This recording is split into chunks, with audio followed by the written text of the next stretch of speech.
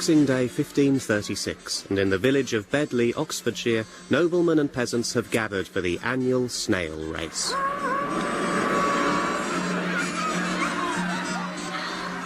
King Henry VIII himself has left his latest bride in Greenwich to join the festivities and eat the winner.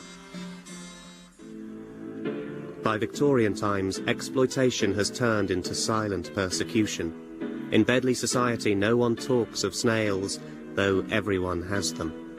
The hint of a trail on your croquet lawn, a glimmer of slime on your gardening trousers is enough to bring shame on the entire family. Baits and traps are sold under the counter and carried home in brown paper bags.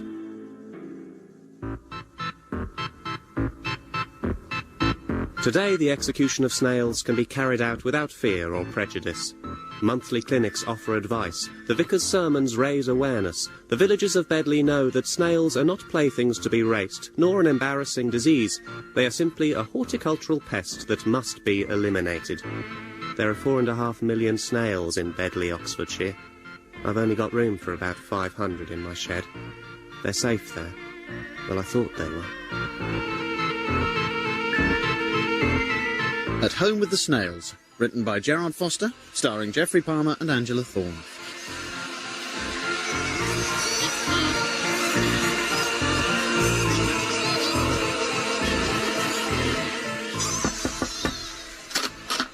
Any rubbish for the dustman? Oh, look at this place. You haven't emptied your bin for weeks. Alex? Oh, have you been crying? No, I'm fine. Good. George, any rubbish? Lawrence Llewellyn Bowen is missing. I called him that because he liked decorating the walls, with slime, obviously. He wasn't dipping his tentacles into little pots of paint and hanging off the ceiling, but it was only a matter of time. He wasn't the only one leaving stuff on the walls, but some of them don't have a lot to say for themselves. They're only snails. With Lawrence, there were patterns and words, letters. Well, what could have been letters? One time there was definitely an L and an O, as in the first two letters of his name. He's not going to be able to spell it right. He's only a snail. He can't actually communicate. Doesn't matter, he's missing. Oh, God, I didn't look in the bin. I'd have liked to have been a dustman. Must be nice to know people are thinking of you during the week, collecting up bits and bobs, leaving out their little bundles at the end of the drive. That being Father Christmas, only you don't leave a present at every house, you get one. A smelly present you wouldn't want to open. But I don't suppose I'll ever be a dustman. Not now I've got my own little bundle to think about. Stop! There is something bothering him. 5 hours he spent down at the waste reception centre. Silly, really, when the thing he's looking for is sitting in a jam jar in my study. Just a little experiment, a little worm to dangle in front of my editor at lunch tomorrow. Oh, I hate all this secrecy. Removing his favourite snail so I can study the resultant trauma doesn't make me proud. But none of us are going to be around forever, whereas this book will be. It's my baby.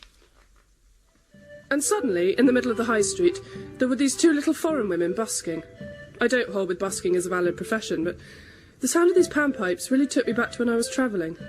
I didn't do South America. No continent is worth all those jabs. I travelled to the International Business School, Washington, with a secondment at the Confectionery Institute, Philadelphia. And that's where I learnt pretty much everything there is to know about the Aztecs, how the first hot chocolate was served as a sacred ritual and revered for its healing powers. Hadn't occurred to them to make money out of it. They were all too stoned. But I thought maybe I should give something back to the Aztecs, so I offered them a job in my shop. $2.50 an hour, no breaks. Actually, could you take a break? It's not that soothing after a while. Start playing when a customer comes in, all right? It's a good arrangement all round. I've rescued these little foreign women from the rubbish heap and given them a position. And for me, it's a big psychological boost. I've always wanted to be Willy Wonka. And now I've got my first 2 Oompa Loompas. One of them burnt herself on a saucepan of toffee the other day. Oh, no. It was all right. She's not in a union. And it healed up. George? Well, what was it doing there? You know, I can't cope with the material world when I'm trying to think. Oh, that's brilliant. Look, There's something I'd like to say while Alex is cleaning himself up.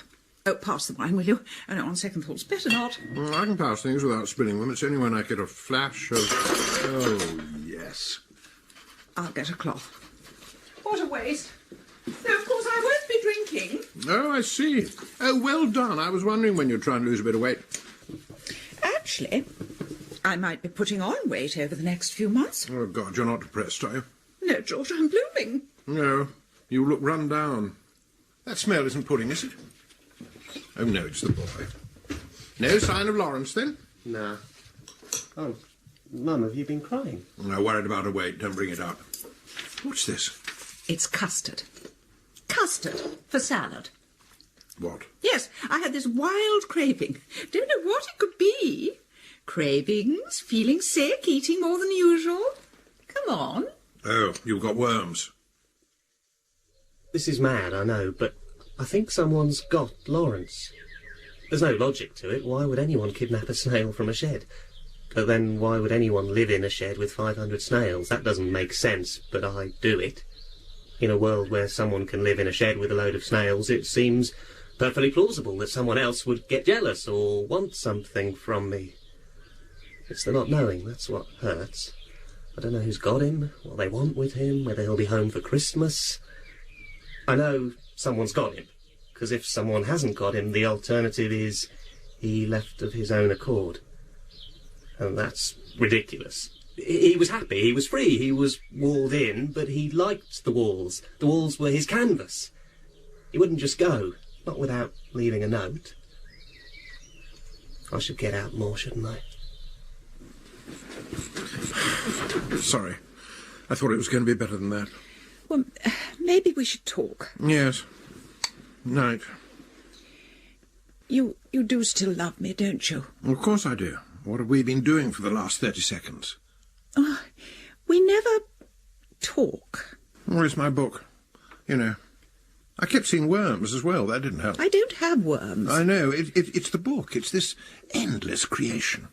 George, there's something I need to tell you. And I do rely on you, Beverly. I know it's my baby, but I couldn't do it without you. I really couldn't. Your baby? You mean you knew all along? I mean our baby. It's a team effort. Oh, but that's what I want, for you to be part of it. Well, more than a part of it. Well, I couldn't do it on my own. No, I'm the creator. Yes. The genesis. Yes. I've got to deliver the thing. Deliver it? Well, not till spring, obviously. But as long as you keep the noise down, I reckon we'll get it out. George. But it is a lot of pressure, Beverly, so maybe for the next few months we ought to not have sex every night.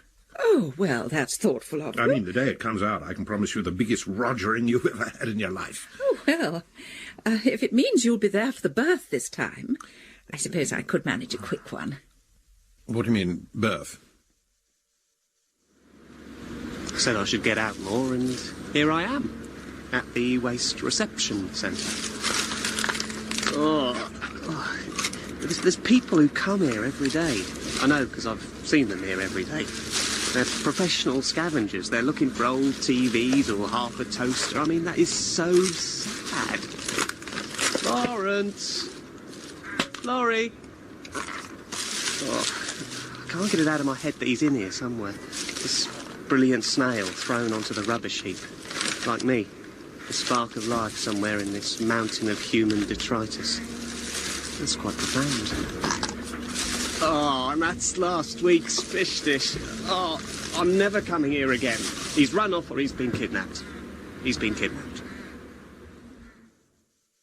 2 pence change, and next time please don't touch the sweets. Or me. And stop. And start. Oh no, stop, shut up. It's my brother, he never buys anything. Hello, I'm Alex. I'm Rose. No, I was talking Oh, to... sorry. This is my brother Alex, this is Oompa and Loompa. I am going to learn their proper names, it's just finding the time. What's it like working for my big sister, then? Do they not speak English? Not during shop hours, no. Alex, what do you want? Oh, can I put up this poster in your window? Missing snail. Alex, you're ill. You need help. I'm saying no because I care about you. Could I have a peanut bruise? Well, that's not going to do any good. Oh, no, I just fancied No, one. it's still no. Editor's just nipped to the toilet. Crab soup all down his front. One of my ideas. Still, he loves the first few chapters. A masterpiece in the making and a baby on the way, which is great. I mean, the experiments I'll be able to do with this one. Or, dare I hope, two. Forget symbolics. I could solve nature-nurture at a stroke. Oh, he's coming back. Maybe I should pitch the idea. Identical twins, one in an ordinary room, one in a box. Brilliant. Oh, I'm terribly sorry. Oh, you'd better clean up. Well, a girly lunch. We should go shopping or catch a Jeremy Irons. Not Lolita. I still can't believe he did that. Mum, what do you want? Well, you've moved away, but you're still very much part of the family, and I know how you hate it when Dad and I so much as change the carpet, so, well, we're going to give you a choice. Which would you prefer? Do you remember when you asked me if I wanted a little baby brother or a tortoise? Yes. And I asked for a tortoise? Yes. And 3 months later, Alex came along? Yes. Oh, well, we wouldn't try to pull a stunt like that now. So, what room is this for? What? The carpet. Oh, well, the thing is, Rose, I'm pregnant. Oh, Mum, congratulations. Thank you. So you're keeping it? Rose is green with envy. Doctor says she can't have children. Her heart wouldn't stand up to the stress. I say it's not the birth, it's the next 20 years. Oh, she'll be a fantastic babysitter. She'll be stealing it off me at the first opportunity. Alex is the worry. He stopped breastfeeding some time ago now, but he's never really let go. I can't believe how detached I've been from my own mother. When she said she was pregnant, it was like this blinding revelation. She has sex with my dad. She must actually be quite disturbed to be able to do that and then go about life pretending everything's normal. Janet Street Porter's got Paul Daniels over the back of the lawnmower.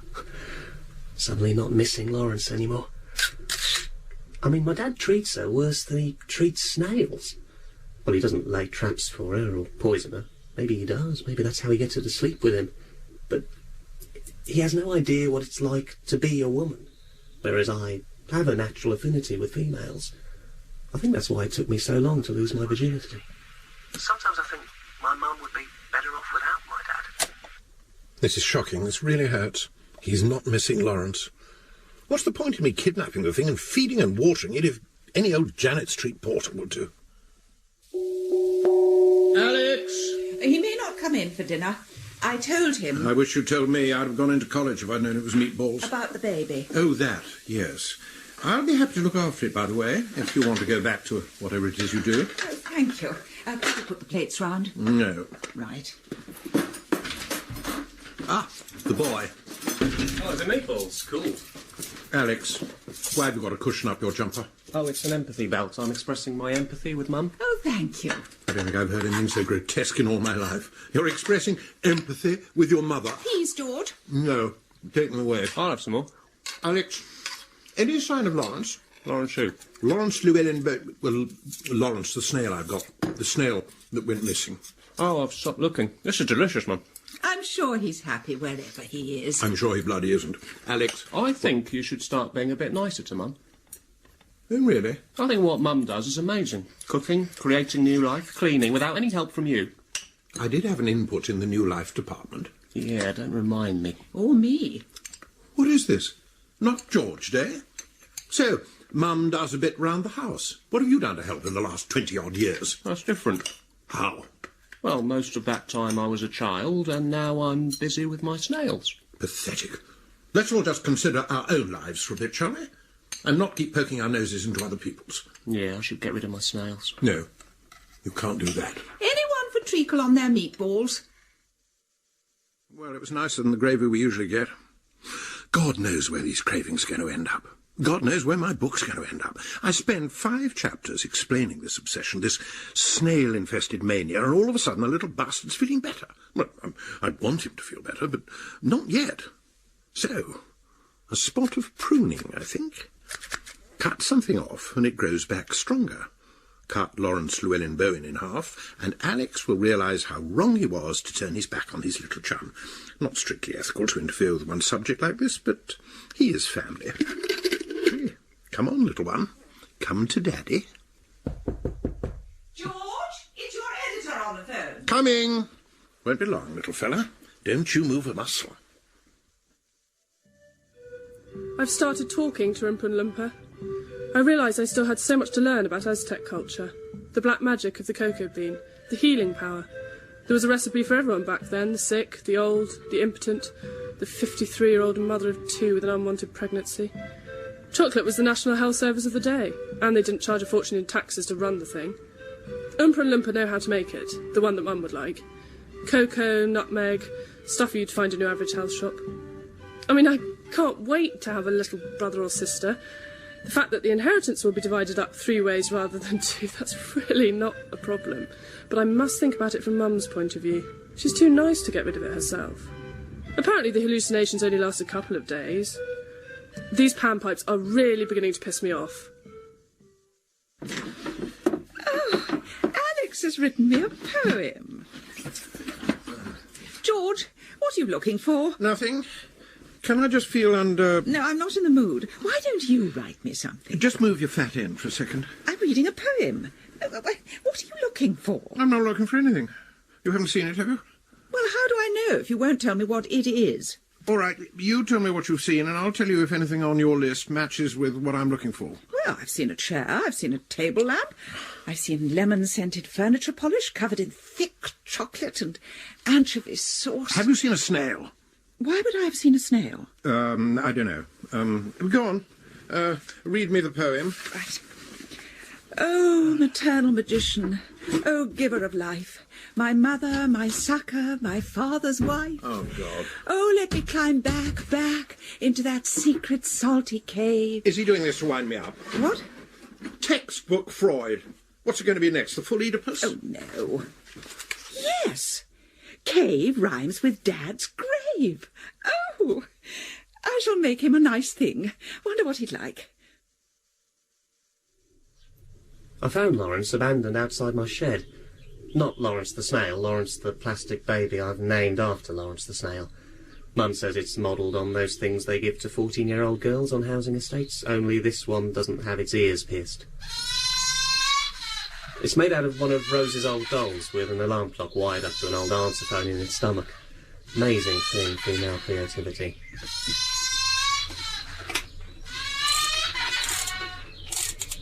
You stop it from crying by twisting its head round 3 times, or taking the batteries out.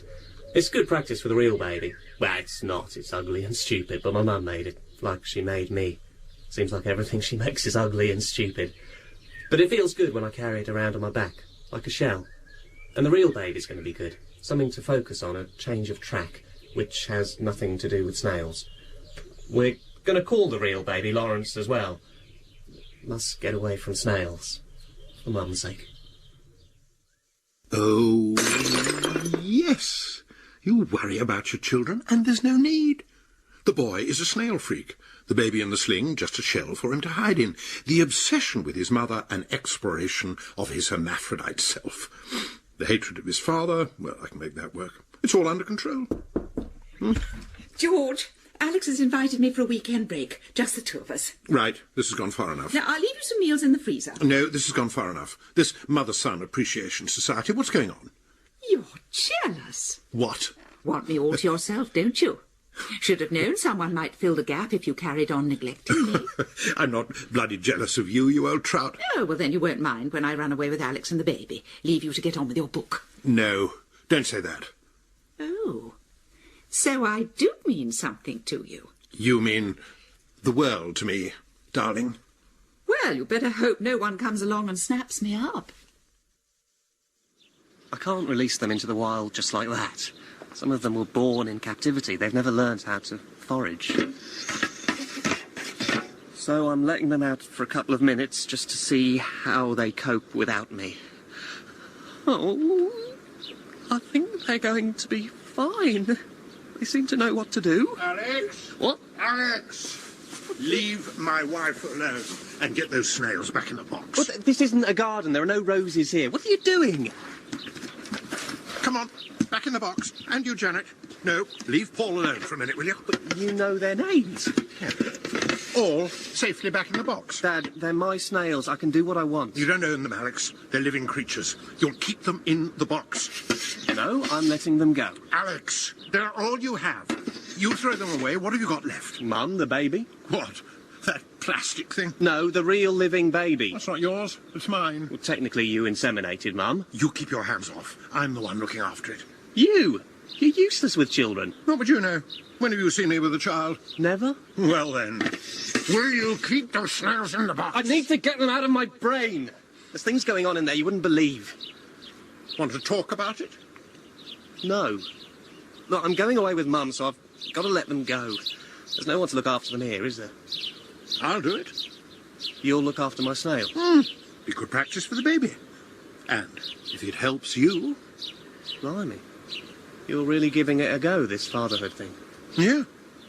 Watching you with your snails has made me realise how I've neglected my own family. I've taken you all for granted. But the healing power of snails has opened my eyes. Come home, Alex, and bring your snails with you. It was Oompa Loompa who pointed out that secretly poisoning your own mother's unborn child wasn't what the Aztecs had in mind when they invented chocolate. Got a bit self-righteous about it, which was a bit off. It was their recipe in the first place.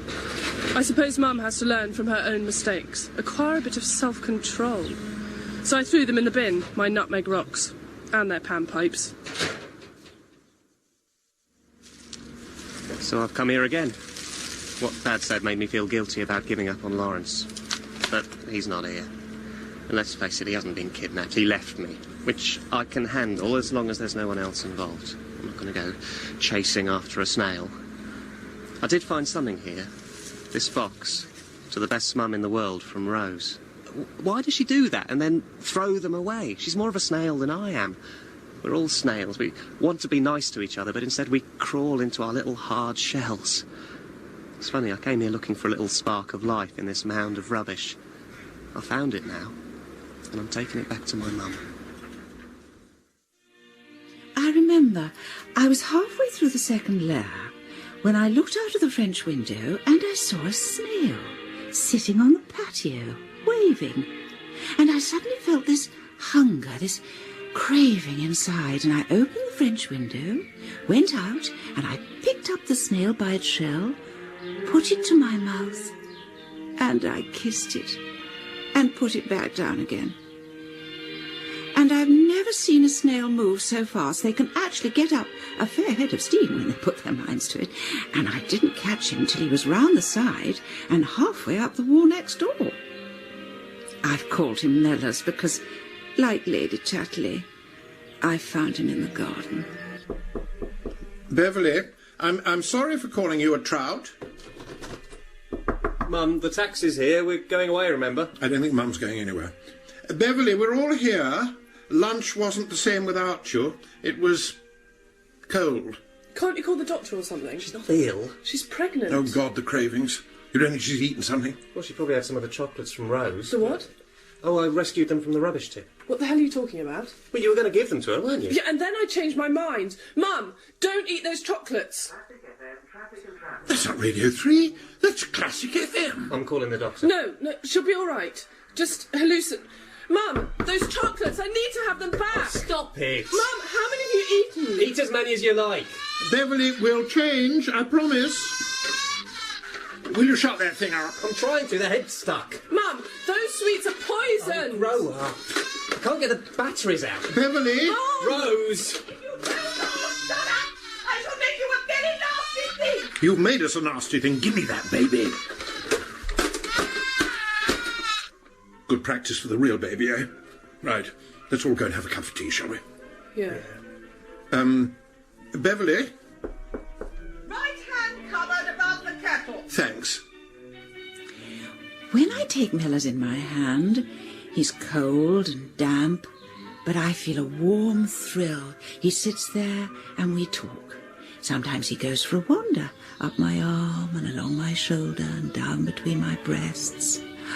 Oh, I think I may be in love with him. Sounds mad, doesn't it? Being in love with a snail called Mellors. Well, I suppose being in love with any snail is pretty mad, but... Oh, I feel good. I feel young and stupid all over again. I feel like a dance.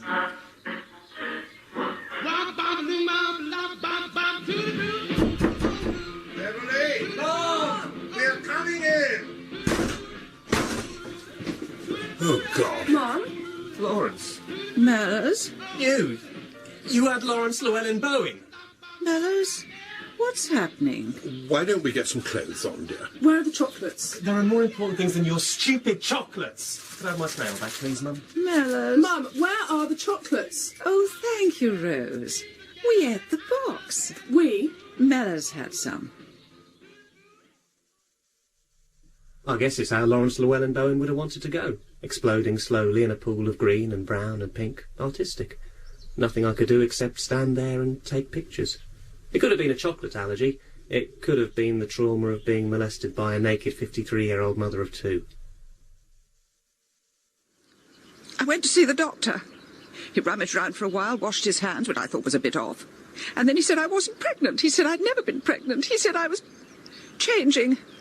I said I was changing surgeries, and I stormed out.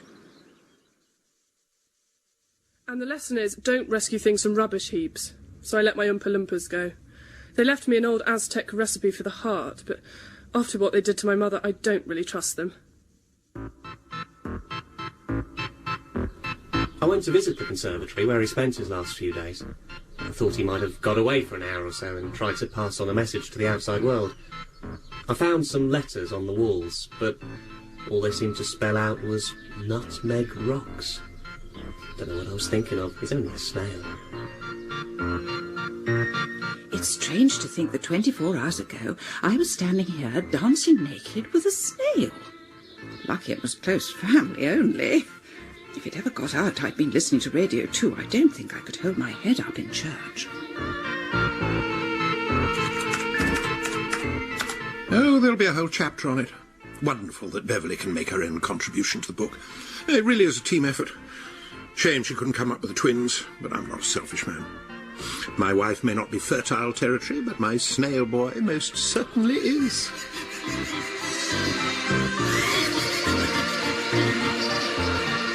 At Home with the Snails was written by Gerard Foster and starred Geoffrey Palmer as George, Angela Thorne as Beverly, Gerard Foster as Alex and Miranda Hart as Rose. The programme was produced by Jane Berthoud.